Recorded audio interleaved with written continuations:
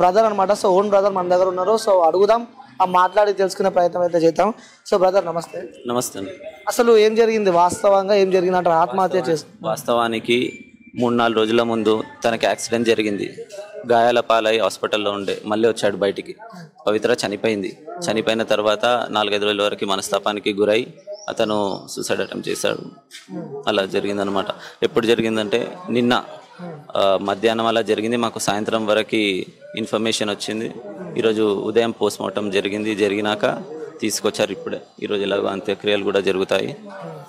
అంటే మీతో ఎలా ఉండేవాడు అంటే పవిత్ర చనిపోయిన తర్వాత కొన్ని రోజులు ఏదైతే గడిచిన కొన్ని రోజులు ఉన్నాయో, సో ఆ రోజులు ఏ విధంగా ఉండే వ్యక్తి? గత 2-3 నెలలుగా సరిగ్గా కలవకపోయేవాడు.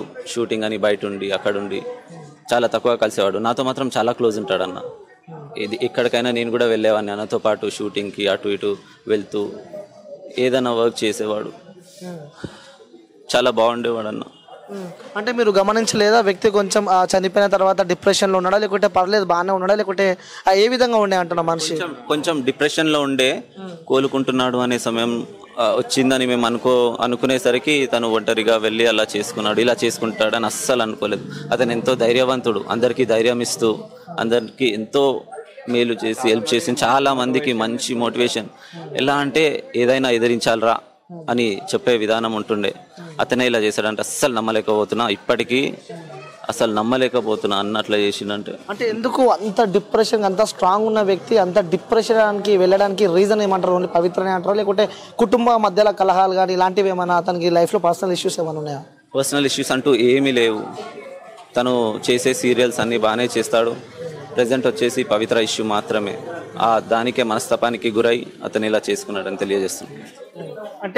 అంటే మీకు ఓన్ బ్రదర్ కాబట్టి సో ఈ క్వశ్చన్ అడగడం జరుగుతుంది నేను. సో ఆల్రెడీ ఆ పవిత్రతో మ్యారేజ్ అయింది, అఫీషియల్గా మ్యారేజ్ అయిందని చెప్పి కూడా ఈ సీరియల్ ఇండస్ట్రీకి సంబంధించిన వాళ్ళు అంటున్నారు. వాళ్ళ కొన్ని ఫొటోస్ షేర్ చేశారు అంటూ కూడా. సో వాస్తవంగా మీరు యాజ్ అ బ్రదర్గా అంటే వాస్తవంగా వాళ్ళిద్దరికి మ్యారేజ్ అయిందా లేకుంటే? అంటే నేను కూడా విన్నది న్యూస్ మాత్రమే. వాస్తవంగా నాకు రుజువులతో పాటు మాత్రం తెలియదు. నేను కూడా విన్నాను, అలా తెలిసినాక అతను ఇలా జరిగాక కొంచెం డిప్రెషన్లో వెళ్ళాడు. తర్వాత ఇలా మ్యారేజ్ అయింది, అవన్నీ తెలిసాయి. పర్ఫెక్ట్ రుజువులతో అయితే మాత్రం నాకు తెలియదు. అంతే అండి. అంటే అఫీషియల్గా మాత్రం 2015లో శిల్పతో మ్యారేజ్ అయింది. 2015లో శిల్ప వదినతో మ్యారేజ్ అయింది. జరిగిన తర్వాత గత 4-5 ఏళ్ళు ఉండొచ్చు ఇలా కొంచెం షూటింగ్కి వెళ్తూ కలవక. ఇంకోటి మోస్ట్లీ డిప్రెషన్ వచ్చేసి ఒక 2-3 మంత్స్ నుండి కలుస్తలేడు, మాట్లాడతలేడు. అప్పుడప్పుడు వచ్చి చాలా తక్కువ కలిసేవాడు. 15 రోజులకు ఒకసారి, వారానికి ఒకసారి.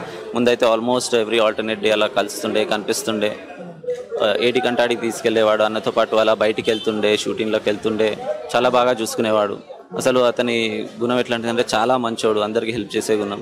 ఇలా చేస్తాను అస్సలు ఎక్స్పెక్ట్ చేయలేదు. అస్సలు పెద్ద ఎత్తున కూడా టీవీ ఛానల్లో చూస్తూ ఉంటే మాత్రం తనకి సంబంధించి కూడా నెగిటివ్ కూడా ఎక్కువ రావడం జరుగుతుంది.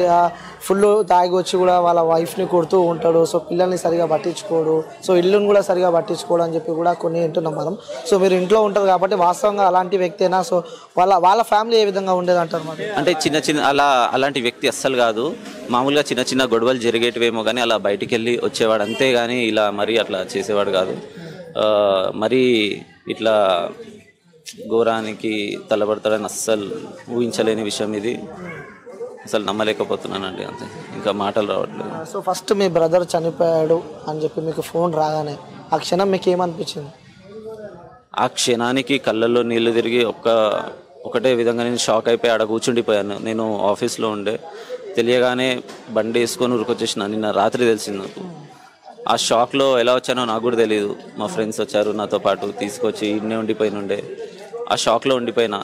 అసలు అన్న కోసం వెళ్తున్నా, కళ్ళలో నీళ్లు తిరిగిపోతున్నాయి. ఏం చేయాలో అర్థం అవ్వట్లేదు. అస్సలు నమ్మలేకపోతున్నా. ఎంతమంది చెప్పినా లేదు నిజం చెప్పు అని అంటున్నా. నాకు అస్సలు నమ్మబుద్ధి కాలే. అసలు నమ్మలేని విషయమే అని అనుకున్నా. కానీ ఆఖరిగా చూసేసరికి ఇక అంతే. 2 పిల్లలు అని చెప్పి కూడా పిల్లలు, ఒక బాబు ఒక పాప.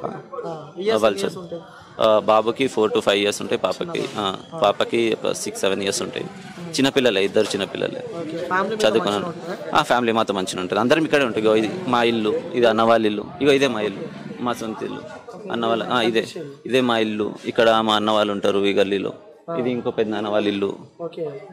అంటే మొత్తం ఎంతమంది? చందుకు సంబంధించి వాళ్ళ డాడీ వాళ్ళు, మీరు ఫ్యామిలీ, టోటల్ ఫ్యామిలీ 5గురం ఉన్నాము. పెద్దనాన్న వాళ్ళు మొత్తం 4, మా డాడీ ఒకడు, మొత్తం 5గురం. ఇక్కడ ఉంటాం. ఇక్కడ 3 ఫ్యామిలీస్ ఉంటాయి. మా పెద్దనాన్న వాళ్ళు ఇక్కడ ఒక పెద్దనాన్న, ఇక్కడ ఒక పెద్దనాన్న, మా బాబాయ్ వాళ్ళు బయట ఉంటారు, ఇంకో పెద్దనాన్న బయట ఉంటారు. పెద్ద ఫ్యామిలీ, జాయింట్ ఫ్యామిలీ. ముందు కలిసే ఉంటుండే. సో చందుకి ఎలాంటి బ్యాడ్ హ్యాబిట్స్ కానీ లైక్ డ్రగ్స్ తీసుకోవడం కానీ చెడు అలవాట్లు ఏమన్నా? చెడు అలవాట్లు ఏం లేవు. డ్రగ్స్ అట్లాంటి అలవాట్లు అస్సలు లేవండి, అస్సలు లేవు. ఓకే. సో ఇప్పుడు అంత్యక్రియలు ఎవరు చేయనున్నారు అంటే ఫ్యామిలీకి సంబంధించిన వాళ్ళు ఉన్నారు? మా పెద్దనాన్న చేస్తున్నాడు, అంటే చందు వాళ్ళ ఫాదర్ చేస్తున్నారు. కాసేపట్లో అంత్యక్రియలు కూడా స్టార్ట్ అవుతాయి సాయంత్రం వరకు. అతనే ముందుండి చూసుకుంటాడు. సో అన్న లేని లోటు తీర్చలేనంటారు. మళ్ళీ తిరిగి అన్న దేవుళ్ళు అంటాడు. ఎందరో ఫ్యాన్స్ ఉన్నారు అన్నకి, తెలిసిందే. ఎంతో మందికి హెల్ప్ చేశాడు. ఇట్లాంటి అన్న ఇంకోసారి దొరకడు, రాడు. ఇక అది ఎప్పటికీ జరిగిన విషయం అంతే. సో బ్రదర్ మీరేమవుతారు? నా ఫ్రెండ్. నేను శివ ఫ్రెండ్. చిన్నప్పటి నుంచి ఒకటే బాండింగ్ మాది.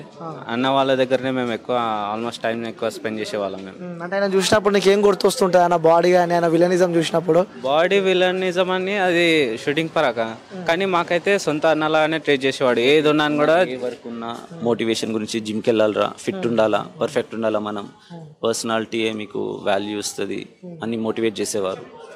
అలా ఎంతోమందికి ధైర్యం చెప్పిండు అన్న. ఎంతోమందికి ధైర్యం చెప్పి ఎంతోమందిని ఎన్నో విధాలుగా సహాయపడ్డాడు. చాలా మంచి వ్యక్తి. కానీ ఏ విధంగా చూసినాను కూడా అన్న అయితే మంచి. ఎందుకంటే మేము శివ నేను వచ్చేసి మేము ట్యూషన్ ఫ్రెండ్స్, కానీ అన్నతో మాకు వచ్చేసి చిన్నప్పటి నుంచి ఫ్రెండ్స్, ఒకటే ఏరియా కాబట్టి అట్లా బాండింగ్ మాకు వేరే ఉండే. ఏది ఉన్నాను కూడా స్టడీస్ అయినా మంచి మోటివేషన్ ఇచ్చేవాడు. ఎందుకంటే స్టడీస్లో మీకు ఏదైనా ప్రాబ్లం ఉన్నా ఫ్యూచర్లో ఇప్పుడు ఇట్లా కాకపోతే ఎట్లా కమాయిస్తావు, లైఫ్లో స్టడీస్లో ఫెయిల్ అయినాను కూడా మళ్ళీ ఓన్ టాలెంట్ అనేది మనకు ఒకటి ఉంటుంది. దాని ఒకటి లోపలికి నీకు ఏమొస్తుందో అది బాగా గుర్తు చేసుకో. అట్లా చాలా మోటివేషన్ చేసి ఇంప్రెస్ చేస్తాడు. అంటే మోటివేషన్ ఎక్కువ చేస్తూ ఉండే. అంటే బ్రదర్ మీరు ఓన్ బ్రదర్ కాబట్టి మనం సాధించవచ్చు అని చూపిస్తుండే. ఏ పనైనా మనం ధైర్యంగా ముందడుగు వేసామనుకో ఏ పనైనా సాధించవచ్చు. ఇంకోటి మీరు ఓన్ బ్రదర్ కాబట్టి సో చిన్న ఉన్నప్పటి నుంచి ఒకటే ఫ్యామిలీ కలిసి పెరుగు ఉంటారు. సో చిన్నప్పటి నుంచి అన్నం చూసి ఉంటారు. అన్నలో గుర్తుపోయే మెమొరీ, సో అన్న గుర్తు రాగానే ఆ మెమొరీ చూస్తే అన్న గుర్తు వస్తాడు అన్న ఒక స్వీట్ మెమొరీ మీ ఇద్దరు మధ్యలో. అన్న నేను మా అందరం అన్నలు తమ్ముళ్ళం ఒకటే స్కూల్, ఇక్కడ సెయింట్ మేరీస్ ఉంది. అందరం ఒకటే స్కూల్లో చదువుకున్నాము, అందులోనే పాస్ అవుట్ అయ్యాము, బయటికి వచ్చాము.